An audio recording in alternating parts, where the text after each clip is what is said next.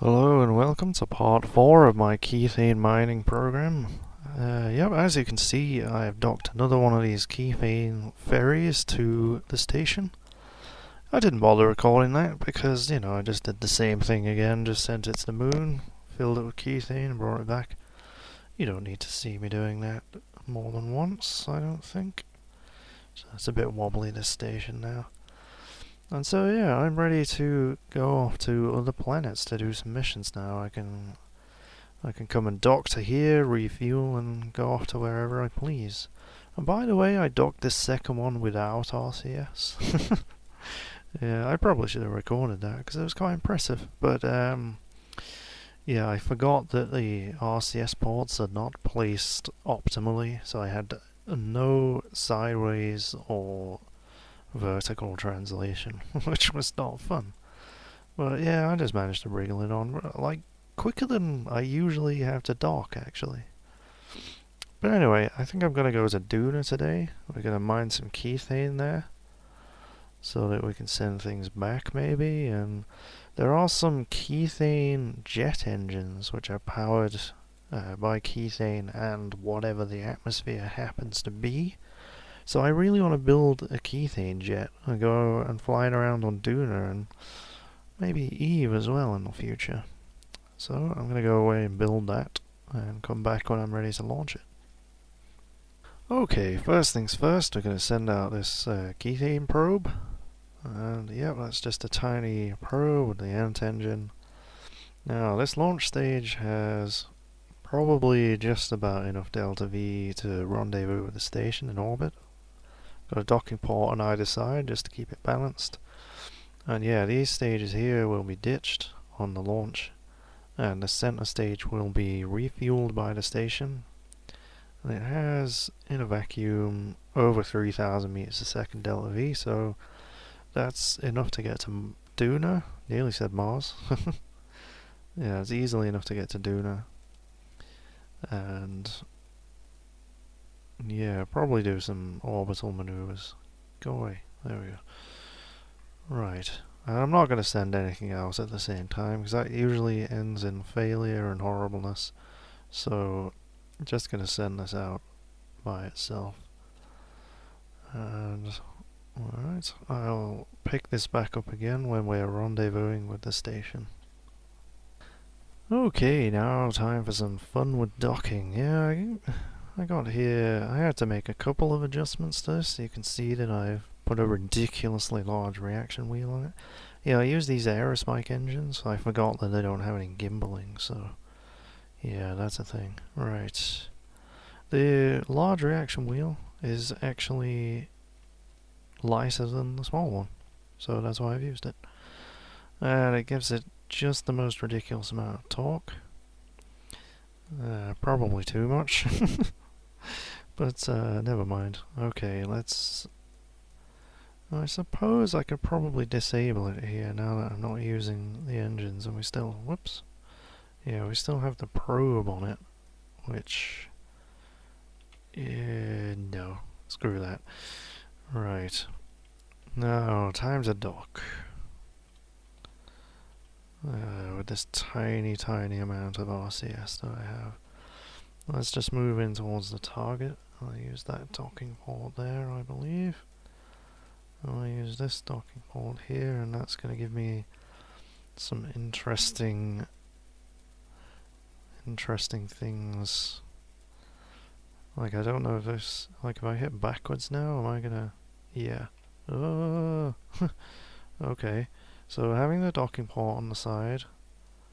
Oh dear. Oh dear, am I gonna hit it? No, it's okay. God, give me the probe. Can't see the buttons. Draw from here. Stop!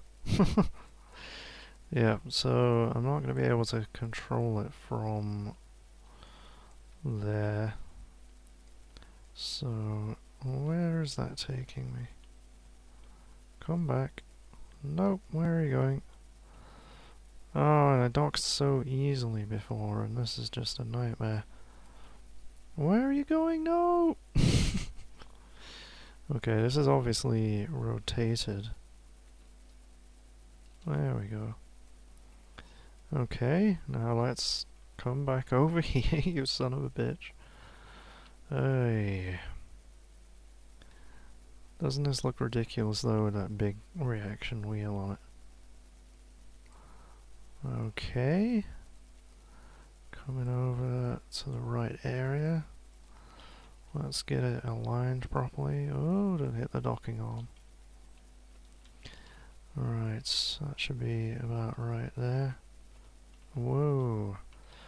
See, too much talk, too much talk. Come on, stop swiveling. Crazy son of a bitch. Alright. Turn the RCS on, that might help. Okay, we're going... Nope. So, we want to go that way. Come on. Oh boy, I'm so bad at docking. Yeah, when I docked this other Kethane ferry, it was just a dream. I didn't even use the RCS. It was amazing. And now I'm completely useless. Again. Well, I still got plenty of mono propellants. So I'm gonna come down. Is that... well, what's that doing? Right, forward is down. Left and right is still left and right, so that's okay. Let's just power over there a bit. Gotta be aggressive with these things, you know. Okay. Oh boy. Coming down, so just go up, down, left and right, shake it all about. Bloody hell. Right, so now how do I move towards the docking port? Right, that one. Yep. So still coming down there. Down a bit more. And yeah, I really wish I could control it from the docking port so I knew this was lined up. But that is just... alright, I'm gonna go left a bit, I think. Right a little bit. Let's look at it from above. That's... what do I press to go backwards? That one. Yeah, all the controls are just wrong. Yeah, it's painful. I'm getting it though, I'm getting it. We're going in. Just move down a little bit, that's up. And left. Yeah, splip, splip. Let's just try and rotate it a tiny amount. Come on, we're gonna go in. Alright, that's lined up, is it not? I think it's the magnets pulling them together now. Yeah, that looks good. That's good. Boing! Oh, it didn't even wiggle around or anything. Yeah, I'm getting good at this. Alright, so... is that... that does have fuel in it, doesn't it? So let's just use that for now and see what else there is. Might as well. Could probably detach that from the station, to be honest. Doesn't really serve any purpose. I mean, if I wanted to take the station to another planet, I suppose I could, but yeah, I doubt somehow it would fly very straight. Alright, there's 2 fuel tanks on there as well, excuse me. Right, so frame rate is less than optimal right now. Alright, there's 1 full. We might as well use those. I really need to fix these little things popping up behind stuff. It's pretty irritating. Okay, for some reason there's way more oxidizer in there than there should have been. That's fine. Yeah, that's me desperately trying to convert Kethane to more fuel as I was rendezvousing with the station, I think. Blimey, this is turning out to be quite tedious. Alright, I'll cut recording here and yeah, come back when we're ready to go to Duna. I do have the orbits lined up. Okay, set up a maneuver node. It doesn't exactly give me an encounter, but it gets pretty close. I think we'll burn for that and leave Kerbin's influence and fine-tune it. It's a little bit easier to fine-tune once you leave the influence of Kerbin. So, it says 4-minute burn. The thrust-to-weight ratio of 2.4 is probably not going to take that long. And I don't want to burn right towards the planet. So, actually it says it's going to take 3 seconds, doesn't it? Yeah. Okay, let's just scoot forward another 20 seconds or so there. And that should do it. A little bit before the node, a little bit after. Seems to be the best way of doing things. And yeah, this thing accelerates fast. Yeah, these aerospikes, I mean... yeah, they have a better thrust-to-weight ratio than the Poodles, but the same, more or less the same efficiency at all altitudes. But yeah, without the thrust vectoring, I don't know, I might have just added the extra weight on with the SAS. I'd have to have a look at that, I think. Alright, let's check the map, just get rid of that maneuver node. And just do the last bits by the seat of my pants. So yeah, inclination is looking good. Minus 0.1 degree off, but that's okay. Come on. Where is that close approach? There we go. And yeah, we're just pushing it further away there, so let's fast forward out. See where we are. Come on. I realize Kerbin's influence is so big. Alright. Now, just because I'm feeling lazy today, a really ridiculously busy morning at work, I tell you what. Where is it? Fine-tune approach. Fine-tune closest approach to target. 20 kilometers, that's... yeah, I mean that's close enough to aero brake where I don't really trust it to be accurate when we're talking about such a close distance. So I'm going to set it to 150 so I don't crash into the planet. That's going to be 150 meters per second LV burn, that's fine. Go ahead and make that. That's nice and fast. Yeah, just my impatience today, I think, using these engines. Normally I would use the nuclear engines, which of course take forever to do anything. So, well, that's not got it down to 150, but, oh, you see what I mean. Let's just back up a... holy crap. Yeah. Alright, let's get going. I'm going to save it here and see if I can just go in for an air brake. It's just the tiniest little tap on the RCS, and it's just... let's try with caps lock on.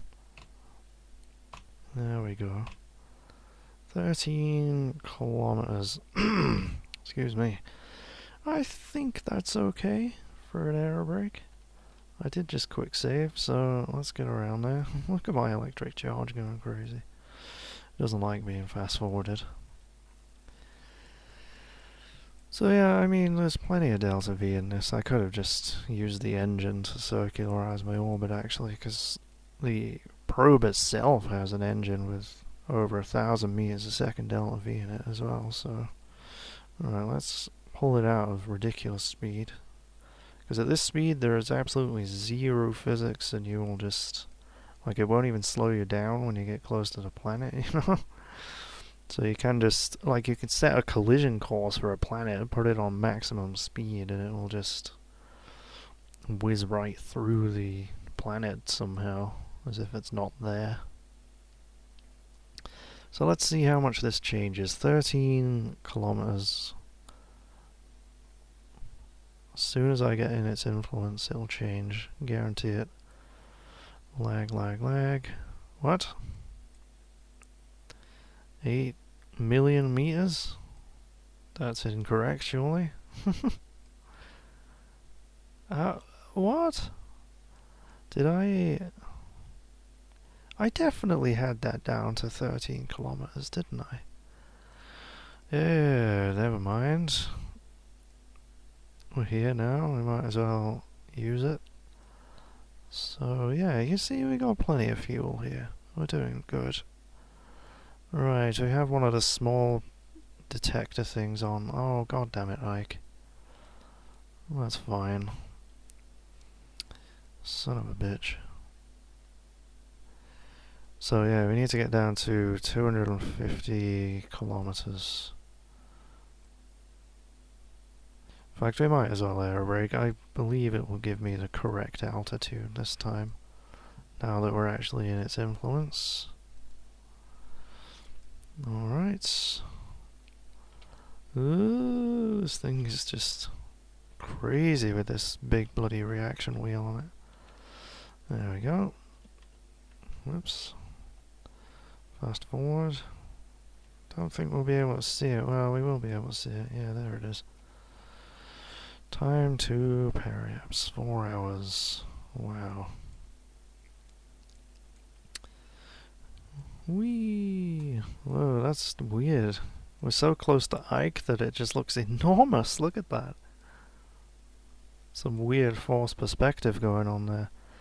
Alright, pay attention. Whoa, shit. Bollocks. Fuck. It's okay. Went slightly past the periapse there, but it's alright. I have an email. I've really got to mute that, or just, yeah, turn it off when I'm recording a video. I bet that it's the same sound as something on somebody's computer that they're watching on. Yeah, it's probably quite annoying. Sorry. Okay, bringing it on down. We want to get down into that delicious atmosphere. Yeah, I'm really excited to fly a non-oxygen breathing plane on Duna. I think it would be cool. Because, yeah, I don't know if that would work. Any kind of jet engine not requiring oxygen.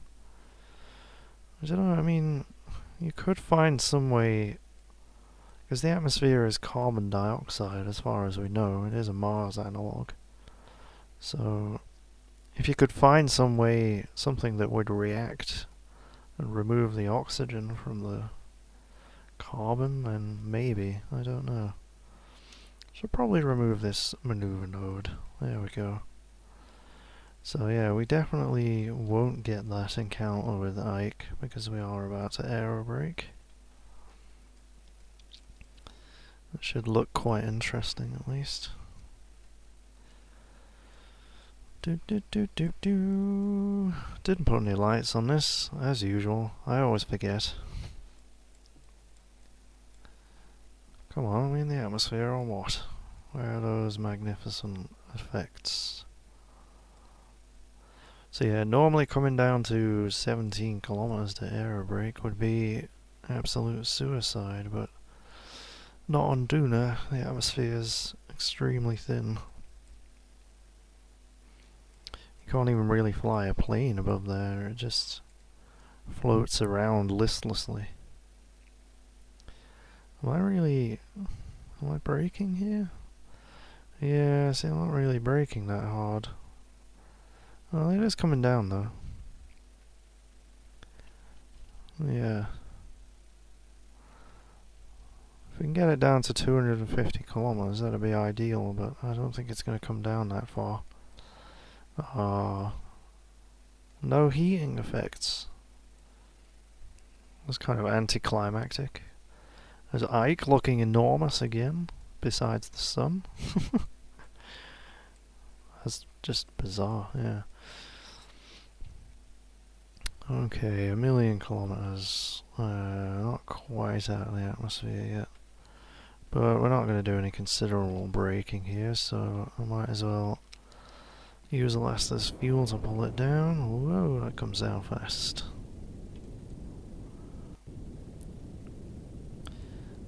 So I would turn on the detector, but I don't want it to drain my batteries. Yeah, you can see I have no periapps now. Oops. That's alright. Come on, fast forward.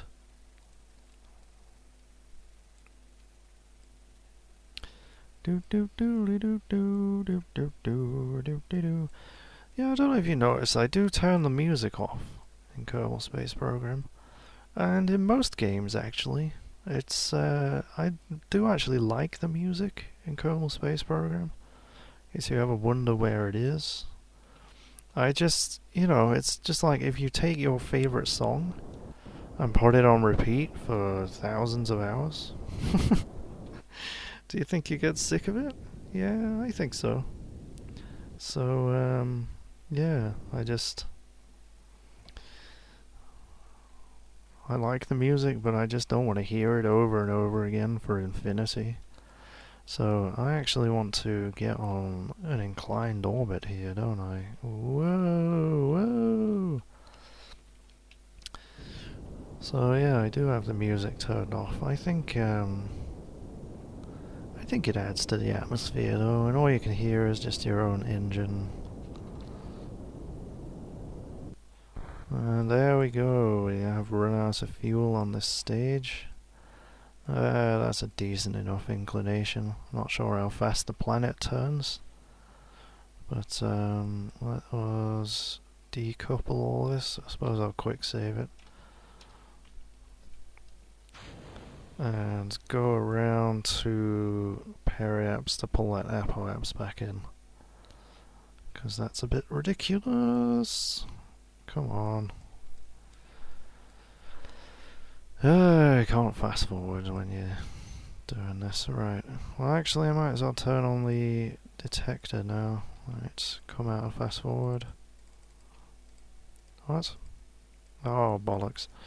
Yeah, this is why you quick save every 5 seconds. Because, yeah, this thing doesn't have the thermolytic generators on. So decouple them. So let's actually extend the panels first, shall we? Activate that. Decouple everything. Now we fast forward. And are we too high up? Alright, I don't have the grid on. No, I don't. Yep, below 250,000 meters, it should work. Whoa. Whoa, whoa, whoa, whoa. Yeah, we're going to periapps, aren't we? I remember. Coming back around to the engines somehow. Right. Do do do do do do do. You can make your own music anyway, just hum to yourself. I should probably, be sort of professional and just make use of edit points and whatnot, but yeah, honestly, I just like to show the tedium of space travel. I mean, it's always in the news when something exciting happens, like when Voyager leaves the solar system, and you just, it's big news, it's kind of flash in the pan stuff in the headlines. But really, it takes absolutely decades to get out there. And you just hear about it for 5 minutes, and you go, oh yeah, that's interesting. Space travel's cool. I mean, it's decades of hard work. Alright, so we can go pretty fast here without too many gaps, because we're quite high up. The orbit could be more inclined to get better coverage, but really, I want to find something near the equator. Well, there's some there, that's not too bad. It's kind of dark, I can't really see if it's on a mountain or anything. But yeah, anyways, I really should have put some thermolytic generators on it. They're quite heavy though, you know? Because, yeah, I can't scan on the dark side of the planet, which is a bit of a problem. So, yeah, I think the process of scanning is pretty tedious. I'm just going to end up alt-tabbing out of this and leaving it on fast forward for a couple of hours, probably. So I'll cut the video here. In the next one, I shall send out some more interesting crafts, some mining ships, and hopefully a plane as well if I have time. So thank you very much for watching, and I'll see you later.